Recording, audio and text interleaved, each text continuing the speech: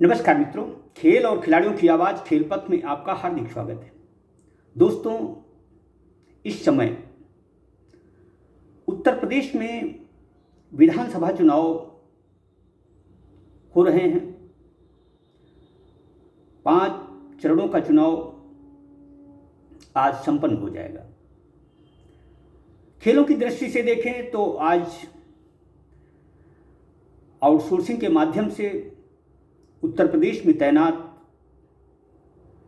सभी प्रशिक्षकों के कार्यकाल का आज अंतिम दिन है। आज के बाद सभी प्रशिक्षकों को घर बैठना होगा। क्या ये सही होगा? इस पर विचार मंथन प्रशिक्षकों को स्वयं करना होगा। खेल नियमित प्रक्रिया है। वही राष्ट्र खेलों में विकास कर सकते हैं जहां 365 दिन खेल गतिविधियां मैदानों में परवान चढ़ती हैं। हमारा देश खेलों के नाम पर अकूत पैसा खर्च करता है। खिलाड़ी, प्रशिक्षक चिल्लाते रहते हैं कि सरकारें कुछ भी नहीं कर रही। सवाल यह उठता है कि आखिर सरकार द्वारा खर्च किया जा रहा अरबों रुपया कहाँ जा रहा है? कौन इस पर आराम तलबी कर रहा है? ये बहुत से ऐसे सवाल हैं जिनके जवाब देने वाला कोई भी खेलों से जुड़ा व्यक्ति नहीं है। भले ही केंद्रीय खेल मंत्री हो, भारतीय ओलंपिक संघ हो। दरअसल हमारे देश में आज़ादी के 75 साल बाद भी खेलों से खिलवाड़ हो रहा है। सिर्फ ओलंपिक, राष्ट्रमंडल खेल और एशियाई खेलों के दरमियान ही हमारे देश में हुकूमत शाहों का खेल प्रेम परवान चढ़ता है। खिलाड़ियों की बलैयां ली जाती हैं। बाकी हर दिन, हर पल खिलाड़ियों और प्रशिक्षकों के लिए पीड़ादायी ही होता है। देश के अधिकांश राज्यों में प्रशिक्षकों की नियुक्ति संविदा, अंशकालिक, आउटसोर्सिंग के माध्यम से की जाती है। बहुत कम राज्य हैं जिनके पास नियमित प्रशिक्षक हैं। हमारी सरकार विदेशी प्रशिक्षकों पर प्रतिवर्ष करोड़ों रुपए खर्च करती है। खिलाड़ियों को प्रशिक्षण के लिए विदेशों में भेजा जाता है। मैं केंद्रीय खेल मंत्रालय, भारतीय खेल प्राधिकरण के पदाधिकारियों से पूछना चाहता हूं कि यह परंपरा आखिर अभी और कितने साल आगे जारी रहेगी? हम अपने प्रशिक्षकों को नियमित क्यों नहीं करते? हम उन्हें विदेशों में भेजकर आधुनिकतम प्रशिक्षण तकनीकों से अवगत क्यों नहीं कराते? दरअसल जब तक हमारी सरकारें जमीनी स्तर पर प्रशिक्षकों और खिलाड़ियों का हित नहीं करेंगी, देश खेलों में शक्तिशाली, शक्तिमान नहीं बन सकता।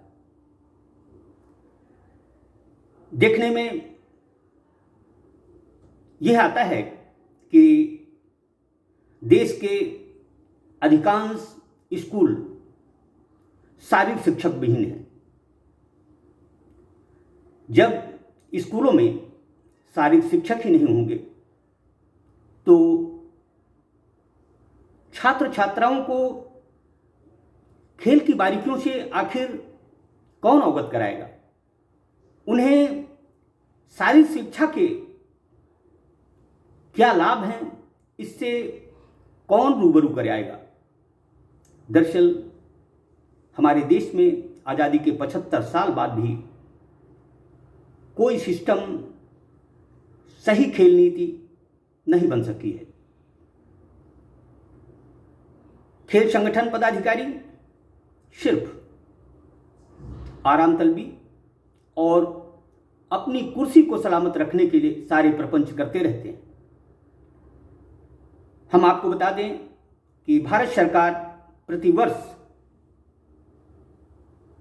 भारतीय खेल संगठनों पर लगभग 300 करोड़ रुपए खर्च करती है,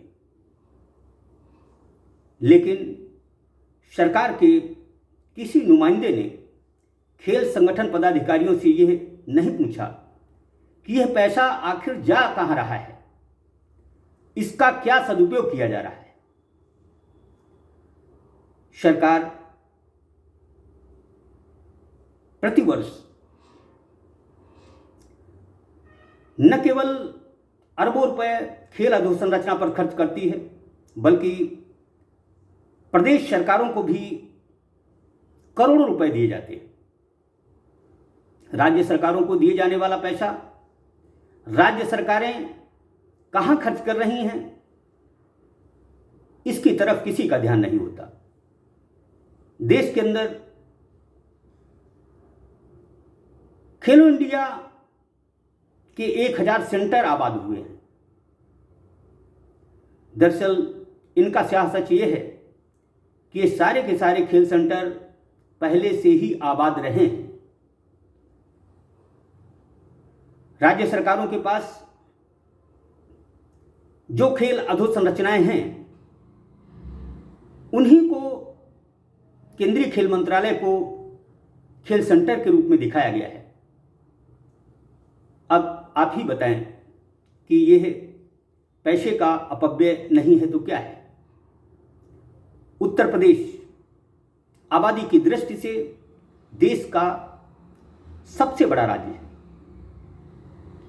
पिछले 2 साल से यहां प्रशिक्षक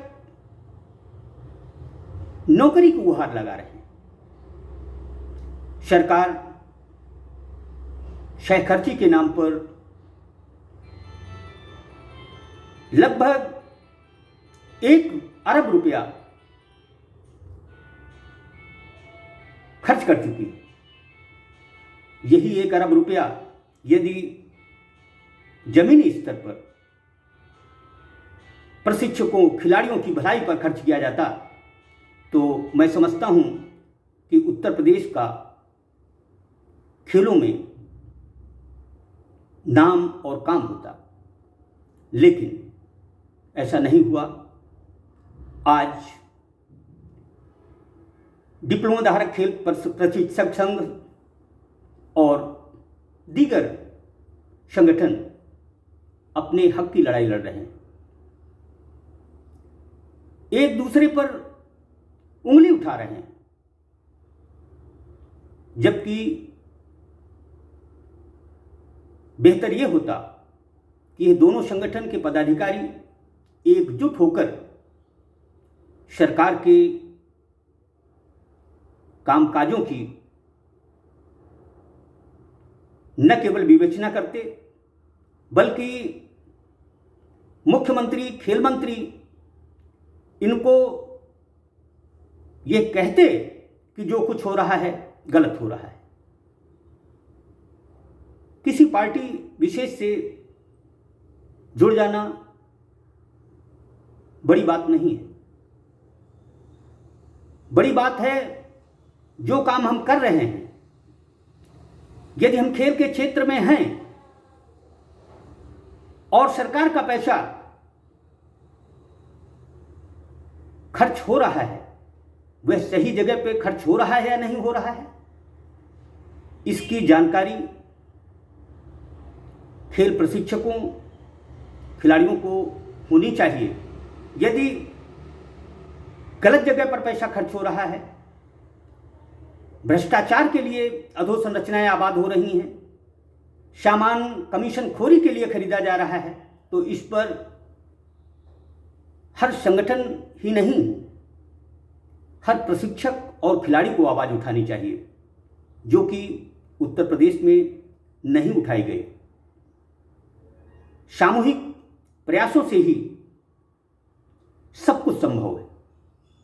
किसान आंदोलन ने केंद्र सरकार को मजबूर कर दिया कि वह थोपे गए बिलों को वापस ले, और सरकार ने वापस लिया। यदि उत्तर प्रदेश के सभी खेल प्रशिक्षक और कुछ सैकड़ा खिलाड़ी ही एकजुटता से अपनी आवाज को बुलंद करते, तो खेल निदेशालय में इतनी दम नहीं थी कि वह उनके हक पर डाका डाल पाता।